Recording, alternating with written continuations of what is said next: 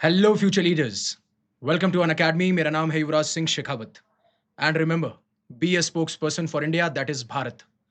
अब रिसेंटली जिस तरीके से अभी रशिया यूक्रेन वॉर के ऊपर बहुत सारे डिस्कशंस, बहुत सारी मीटिंग और इवन डोनाल्ड ट्रंप भी काफी ज्यादा बेताब और डेस्परेट हैं कि मैं एक बार अगर रशिया यूक्रेन वॉर रुकवा दूं या फिर पीस डील साइन करने में मैं कामयाब हो जाऊं तो maybe I can win the Nobel peace prize. But यहां पे जिस तरीके से नेटो के जनरल सेक्रेटरी मार्क र्यूट ने रशिया को साफ साफ एक कमेंट पास किया है, जिसमें उन्होंने कहा कि आप ये डिसाइड नहीं करेंगे कि वेस्टर्न नेशंस अपने ट्रूप्स को स्टेशन और डिप्लॉय करेगी या नहीं करेगी यूक्रेन के अंदर। और ये सारी बातचीत इसलिए चल रही है क्योंकि जल्दी से जल्दी जो वेस्टर्न नेशंस हैं या फिर यूक्रेन है, वो सिक्योरिटी गारंटी को लेकर अभी पेरिस में उनकी एक समिट या फिर आप कह सकते हैं एक मीटिंग चल रही है। जिन लोगों को इंटरनेशनल रिलेशन में बहुत इंटरेस्ट है, वो मेरे वीडियोस 2 चैनल पे आते हैं। एक लेट्स क्रैक यूपीएससी सीएसई और एक आता है यूपीएससी नीव बाय अन अकेडमी, राइट? आप इन चैनल को फॉलो कर सकते हैं, जहां पे मैं अपडेट्स और डेवलपमेंट्स जो भी हो रहे होते हैं आईआर में, मैं उनको लाता रहता हूं। सो अब शुरू करते हैं। तो जिस तरीके से मैंने कहा सिक्योरिटी गारंटी, तो आपको ये समझना पड़ेगा सिक्योरिटी गारंटी से मैं कहना क्या चाहता हूं। देखिए, यूक्रेन को क्या डर है? यूक्रेन को ये डर है कि जिस तरीके से 2014 में रशिया ने क्रीमिया को एनेक्स किया, फिर उसके बाद में 2022 में इन्वेजन किया, तो उन्हें ये डर लगता है कि अगर रशिया जिस तरीके से अटैक कर रहा है, इन्वेजन कर रहा है, अगर ऐसा ही चलता रहा, तो फिर थर्ड वॉर भी होगी और थर्ड वॉर में भी हमारा कोई ना कोई हिस्सा चले जाएगा। जिस तरीके से जो लोग मुझे फॉलो करते हैं, उन्हें पता होगा, अगर मैं यूक्रेन के मैप की बात करूँ, फॉर एग्ज़ाम्पल जिस तरीके से मैं बात कर रहा हूँ, अगर मैं यूक्रेन के मैप की बात करूँ, तो ये वाला जो रीजन है, जो ईस्टर्न ईस्टर्न वाला रीजन और जो सदर्न ईस्टर्न रीजन है, अभी उसकी मोस्ट ऑफ द टेरिटरी जो है, वो रशियन ने कॉन्कर कर रखी है, या फिर आप कह सकते हो इस टेरिटरी पे जो कब्जा है, वो रशियन प्रेसिडेंट व्लादिमीर पुतिन या रशिया का है। और अभी बात ये की जा रही है कि सिक्योरिटी गारंटी अगर जब एंश्योर की जाएगी, यानी कि ये सिक्योर किया जाएगा, ये गारंटी दी जाएगी यूक्रेन को कि अब ऐसा आपको रशिया से नहीं देखने को मिलेगा, जैसा आपने 2014 में देखा, जैसा आपने 2022 में देखा। ये चीज़ अब आपको देखने को नहीं मिलेगी। इसलिए इस सिक्योरिटी गारंटी में क्या प्रिंसिपल आएँगे, कौन-कौन सी कंडीशन सेट की जाएगी, उसके लिए इनकी पेरिस में मीटिंग चल रही है। बट साफ-साफ नेटो के जनरल सेक्रेटरी ने ये कह दिया, रशिया कोई नहीं होता है जो डिसाइड करे कि वेस्ट अपनी फोर्सेस को, अपने ट्रूप्स को यूक्रेन में डिप्लॉय कर सकता है कि नहीं कर सकता है। ये एक सॉवरेन कंट्री है, यूक्रेन खुद डिसाइड करेगा उसके लिए क्या बेहतर है और क्या नहीं बेहतर है, राइट? ये चीज़ उन्होंने साफ-साफ कही। अब सबसे बड़ी बात, जिस पेरिस समिट या पेरिस मीटिंग की बात कर रहा हूं, जिसमें सो कॉल्ड आपके मोस्टली यूरोपियन नेशंस हैं, इवन बाकी नेशंस भी हैं जैसे कनाडा। और आपको पता होगा जो ये यूरोपियन नेशंस का समूह है, जिसमें लगभग 30 वेस्टर्न नेशंस हैं, उसे हम कोएलिशन ऑफ द विलिंग कहते हैं, right? Coalition of the willing, जो कि अभी हेड की जा रही है फ्रांस और ब्रिटेन, या फिर आप कह सकते हो लीड की जा रही है, जिसमें कि सिर्फ ये प्लान किया जाएगा कि सिक्योरिटी गारंटी के अंदर क्या आना चाहिए, जिससे हमें आने वाले टाइम पे रशिया कभी भी अटैक ना करे। और एक न्यूज़ आपने ज़रूर सुनी होगी, जहाँ पे ये कहा गया था, फ्रांस ने अपने हॉस्पिटल्स को बोल दिया है कि आप रेडी रहिए, 2026 में आपको बहुत सारे ऐसे सोल्जर्स, इंडिविजुअल्स को ट्रीट करने की सिचुएशन बन सकती है, इसलिए इस काम को रैंप अप कर दीजिए, यानी कि बढ़ा दीजिए। और इन्होंने कहा कि अगर यूक्रेन सिक्योरिटी गारंटी फोर्सेस चाहता है, मतलब सिक्योरिटी गारंटी के तहत उसकी एक कंडीशन है कि वो जो फोर्सेस हैं वो यूक्रेन में तैनात हों या यूक्रेन की जो बाउंड्रीज है वहां तैनात हों, जिससे कि पीस डील को सपोर्ट किया जाए, तो इसमें रशिया कोई नहीं होता जो ये चीज डिसाइड करेगा। और इवन उन्होंने कहा कि आप जो पुतिन को इतना पावरफुल बना रहे हो ना, वो हमें रोकना जरूरी है। और मैं आगे आपको काफी सारे वीडियो भी बताऊंगा और इवन ये भी बताऊंगा कि अगर यूरोप सही में वॉर लड़ता है रशिया के साथ में, तो किस नेशन का सबसे ज्यादा अपर हैंड होने वाला है। जिस तरीके से मैं आपको बता रहा था कि कोएलिशन ऑफ द विलिंग के तहत यूके और फ्रांस जो है, वो यूक्रेन फोर्स मीटिंग जो सिक्योरिटी गारंटी तय करेगी कि क्या उसमें कंडीशन आएगी, उसको अभी लीड कर रहे हैं। अभी जनरली हुआ क्या, लग्जमबर्ग से जो नेटो के सेक्रेटरी जनरल हैं, वो एक स्पीच देते हैं या फिर एड्रेस कर रहे थे मासेस को। उसमें कहा गया कि जो रशिया का थ्रेट है ना, वो दिन ब दिन बढ़ता ही जा रहा है। और इस प्रेस कॉन्फ्रेंस के दौरान, लग्जमबर्ग के दौरान, उन्होंने कहा कि अगर आप रशियन मिसाइल टेक्नोलॉजी की बात करेंगे लेटेस्ट, तो उसके पास में इतना मादा है, इतनी क्षमता है, इतनी कैपेबिलिटीज है कि जो उसके आसपास की कंट्रीज है उनको भी टारगेट कर सकता है, और 5 से 10 मिनट के अंदर इवन यूरोपियन कंट्रीज को भी टारगेट कर सकता है। एंड इवन रशियन ट्रूप्स आप देखेंगे आसपास बॉर्डरिंग नेशंस में भी अपने जो ट्रूप्स का बिल्डअप है उसको भी बढ़ाते हुए जा रहे हैं। मैं एक बार वो वीडियो दिखाना चाहूंगा, वो क्लिप दिखाना चाहूंगा, एंड इवन एक दो सारी क्लिप और हैं जिसमें मैं ये भी बताऊंगा कि किस तरीके से अगर यूरोप और रशिया आमने सामने लड़ते हैं तो उसका रिजल्ट क्या होगा। Have a look at this video, you will get it.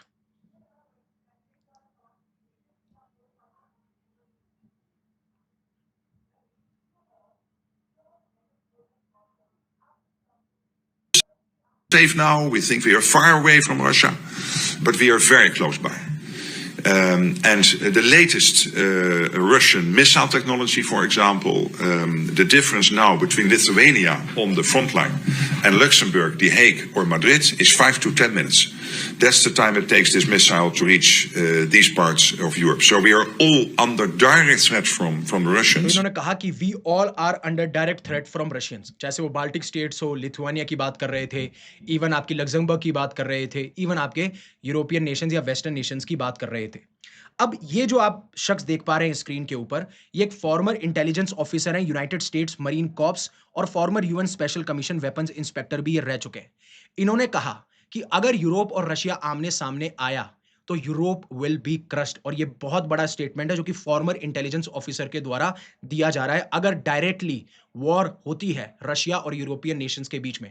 और ये शायद चीज यूरोपियन नेशंस को भी पता है, जिस तरीके से जर्मनी अपने आप पे काम कर रहा है, फ्रांस तैयार कर रहा है, राइट, और इवन यूके ने भी कहा था we need to prepare for a war by 2026। तो इस चीज में ये चीज अब फॉर्मर इंटेलिजेंस ऑफिसर भी दर्शा रहे हैं, और इनकी भी मैं क्लिप दिखाऊंगा। बहुत इंटरेस्टिंग और बहुत ही वैलिड पॉइंट्स इन्होंने दिए हैं कि क्यों रशिया का अपर हैंड होगा यूरोप के ऊपर। Have a look at this clip also, you will get to know it. But before that, वो क्लिप जो कि बहुत इंपॉर्टेंट है, उससे पहले अन अकेडमी आपके लिए लेके आया टीचर्स डे सेल, जिसमें 17,999 में आप हमारे साथ में जुड़ सकते हैं। एजुकेटर्स की रिक्वेस्ट पे ये लोएस्ट प्राइस ऑफर आया है, जिसमें आपको 12 महीने का फ्री एक्सटेंशन मिलेगा। एंड सबसे इंपॉर्टेंट बात ये है कि अगर आप 2 या 2 साल से ज्यादा का सब्सक्रिप्शन लेते हैं हमारे साथ में, तो मान लीजिए आपका प्रीलिम्स निकलता है, तो हम आपको मेंस रेजिडेंशियल प्रोग्राम देंगे, जिसमें accommodation, test series, strategic mentorship सब कुछ दी जाएगी। एंड मान लीजिए खुदा ना खास्ता आपका प्रीलिम्स नहीं भी निकलता है, तो भी हम ये इंश्योर करेंगे कि जो आने वाला साल है उसमें आपकी प्रिपरेशन हैम्पर ना हो। वो एक साल हमारे ऊपर होगा, that will be free of cost, sorry, free of cost for you, that is our promise. Description में आपको लिंक मिल जाएगा, आपको मेरा कोड यूज करना है, यूवी पाजी वाला यूवी उन्होंने मार दी 50। अब एक बार के लिए मैं आपको वो क्लिप दिखाना चाहूंगा, right, informer special intelligence officer की। So Europe wants to what? Go face to face against the most battle-hardened military in the world today, the Russian military, that is not only composed of battle-hardened soldiers, but soldiers who have learned the reality of modern warfare. अब इन्होंने जो चीज बोली है उसको ध्यान सुनिएगा। इन्होंने ये बोला कि अगर यूरोप चाहता है कि वो फेस टू फेस रशिया से लड़ाई करे, तो उस रशिया से जिसके सोल्जर्स जो हैं वो बैटल हार्डन्ड है।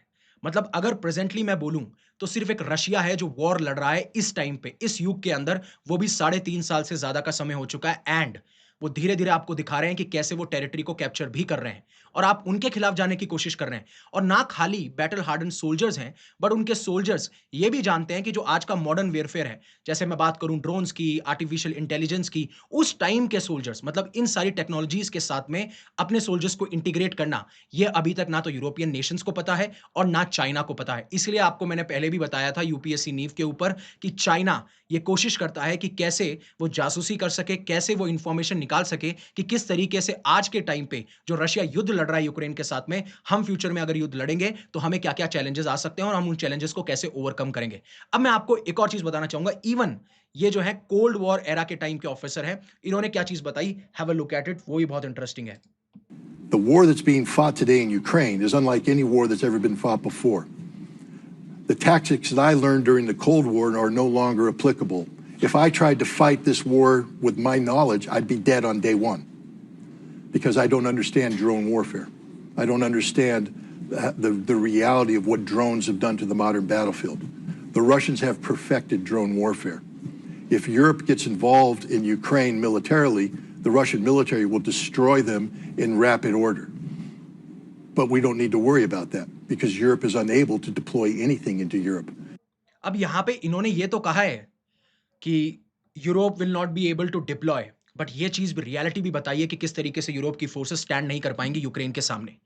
बट वहीं पे जो कीर स्टारमर है यूके के प्राइम मिनिस्टर, उन्होंने कहा है कि यूक्रेन को हमने एक अनब्रेकेबल प्लेज दे रखी है, ऐसी शपथ दे रखी है जिसको तोड़ा नहीं जा सकता, और उसको बैक किसके द्वारा किया जा रहा है, उसको बैक किया जा रहा है यूनाइटेड स्टेट्स के द्वारा। और जैसे मैंने आपको बताया, जो 30 वेस्टर्न कंट्रीज अभी पेरिस में मिल रही हैं, जिसमें यूक्रेन की सिक्योरिटी गारंटी के ऊपर बात की जा सके, जो कि कोएलिशन ऑफ द विलिंग का पार्ट है, जो चाहती हैं कि यूक्रेन को हम सिक्योरिटी गारंटी प्रोवाइड कराएं, जिसके बारे में अभी बात चल रही है। और इवन इनका अंदेशा यह है कि कोशिश है शायद रशिया यूक्रेन वॉर रुक जाए, और जैसे ये पेरिस समिट होगी और जिसमें कंडीशंस जो भी दी जाएंगी सिक्योरिटी गारंटी, पार्टी, उसके बाद में ट्रंप से बातचीत की जाएगी और जो भी जियोपॉलिटिकल डेवलपमेंट उसके बाद में होते हैं तो मैं आपके लिए उसके ऊपर वीडियो लाता रहूंगा। और ये अमेरिकन सेफ्टी नेट होना बहुत जरूरी है। और जहां तक रिपोर्ट्स निकल के आई है, कहा यह जा रहा है कि यूनाइटेड स्टेट्स के जो प्रेसिडेंट हैं डोनाल्ड ट्रंप, वो ये कह रहे हैं कि जो भी एयर स्पेस से रिलेटेड अगर आपको कोई भी क्या ना सिक्योरिटी चाहिए तो वी विल प्रोवाइड इट। अब देखना होगा कि क्या सिक्योरिटी गारंटी की कंडीशन होती है, ट्रंप उसको किस तरीके से बैक करते हैं, क्या पुतिन उसको एक्सेप्ट करते हैं कि नहीं करते हैं। इसीलिए ज़ेलेंस्की जो है अभी यूरोपियन लीडर से पेरिस में मिल रहे हैं,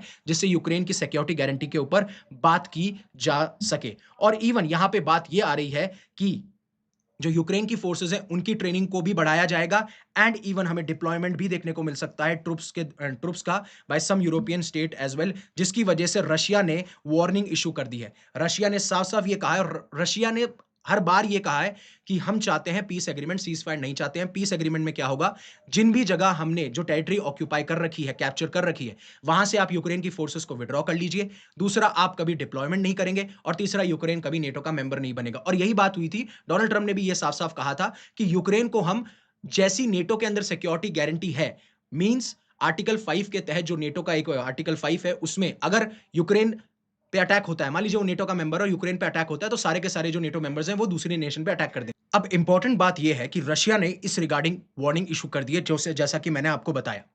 और रशिया ने ये सारी चीजें पहले भी बोल चुकी थी। और उसी पे कमेंट आया है NATO secretary general Mark Rutte का कि रशिया डिसाइड नहीं करेगा कि वेस्ट डिप्लॉय कर सकता है कि नहीं कर सकता है। वहीं पे पुतिन ने साफ साफ ये कहा था कि अगर ज़ेलेंस्की मॉस्को में आते हैं तो मैं उससे मिलना चाहूंगा, उनसे बातचीत करना चाहूंगा। और उसी के एवज में यूक्रेन ने साफ साफ इस मीटिंग जो मॉस्को में हो सकती थी उसको रिजेक्ट कर दिया। उन्होंने कहा कि अभी बहुत सारी ऐसी कंट्रीज हैं जो कि इस मीटिंग को होस्ट करना चाहती हैं। फॉर एग्जाम्पल, यूक्रेन और रशिया के बीच में, चाहे से आप ऑस्ट्रेलिया लीजिए, स्विट्जरलैंड, तुर्की, 3 गल्फ स्टेट ले लीजिए, ये करना चाहते हैं और हम इसलिए नहीं आना चाहते। अब स्पेसिफिकली कोई रीजन तो नहीं दिया जो भी यूक्रेन के डिप्लोमेट हैं, और उन्होंने कोई स्पेसिफिकली रीजन बताया भी नहीं, बट उन्होंने सिर्फ ये बता दिया कि ये कंट्रीज हैं जो कि अभी एग्री करी हैं। बट आपको ये समझना पड़ेगा कि आप पुतिन एग्री करेंगे, बिकॉज पुतिन ने डोनाल्ड ट्रंप से बात करके अलास्का में तो सबमिट कर ली, लेकिन जब उनका ऑफर आया तो आपने साफ साफ रिजेक्ट कर दिया। तो ये भी देखना बहुत इंटरेस्टिंग होगा कि पुतिन उसको एक्सेप्ट करेंगे कि नहीं करेंगे। बट वहीं पर अगर मैं इंडिया के स्टैंड की बात करूं तो एस जयशंकर साहब ने पहले भी कहा है कि इंडिया कभी नहीं चाहता कि वो न्यूट्रल साइड पे खड़ा रहे, वो हमेशा पीस की साइड पे होता है। ये हमारे प्राइम मिनिस्टर ने बोला है, हमारे एक्सटर्नल अफेयर्स मिनिस्टर ने बोला है, और ये हमारी इंडियन पॉलिसी भी है कि we are not neutral in any war. हम पीस चाहते हैं, हम पीस की बात करते हैं। और वही चीज ईयू चीफ ने जब मोदी साहब से बात करी तो उन्होंने कहा कि इंडिया का बहुत इंपॉर्टेंट रोल होने वाला है अगर उन्हें यूक्रेन वॉर को एंड करना है तो। और ये एक बहुत बड़ा जियोपॉलिटिकल डेवलपमेंट है जो ये शो करता है कि अब इंडिया का भी इन्फ्लुएंस बढ़ रहा है। और मैंने हमेशा आपको बताया है कि अगर किसी भी नेशन को सुपर पावर बनना है, किसी भी नेशन का इन्फ्लुएंस दबदबा बनाना है, तो वो उसके पास में इकोनॉमिक माइट भी होनी चाहिए, मिलिट्री माइट भी होनी चाहिए और इन्फ्लुएंस भी होना चाहिए जो भी ग्लोबल लेवल पे इवेंट्स चल रहे हैं।